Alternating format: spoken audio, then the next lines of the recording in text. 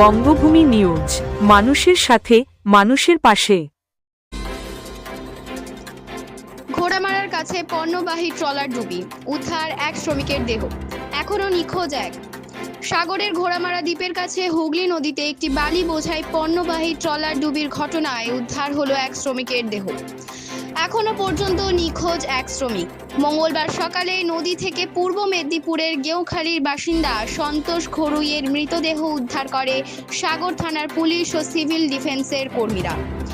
তবে দুর্ঘটনার পর থেকে এখনো পর্যন্ত নিখোঁজ রয়েছেন ঘোড়ামারা দ্বীপের বাসিন্দা শেখ হাসাদ নামের আরও এক শ্রমিক। তার খোঁজে তল্লাশি চালাচ্ছে বিপর্যয় মোকাবিলা বাহিনী।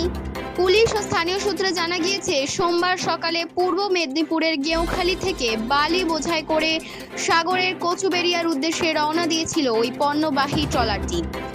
দুপুরের দিকে সাগরের ঘোড়ামারা দ্বীপের কাছাকাছি আসতেই হুগলি নদীর তীব্র খরস্রোত ও দুর্যোগপূর্ণ আবহাওয়ার মুখে পড়ে ট্রলারটি নিয়ন্ত্রণ হারিয়ে একটি ডুবো চড়ায় সজোরে ধাক্কা মারে এবং মুহূর্তের মধ্যে নদীগর্ভে তলিয়ে যায়।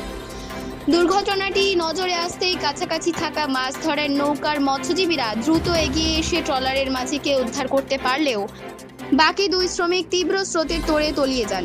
সোমবার রাতভর তল্লাশি চালানোর পর মঙ্গলবার নদী থেকে সন্তোষ ঘড়ুইয়ের নিথর দেহ উদ্ধার করে পুলিশ। দেহটি শনাক্তকরণের পর ময়না তদন্তের জন্য কাকদ্বীপ মহকুমা হাসপাতালে পাঠানো হয়েছে। এদিকে সন্তোষের মৃত্যুর খবর মেদিনীপুরের গেঁওখালীতে পৌঁছাতেই পরিবার জুড়ে শুরু হয়েছে কান্নার রোল।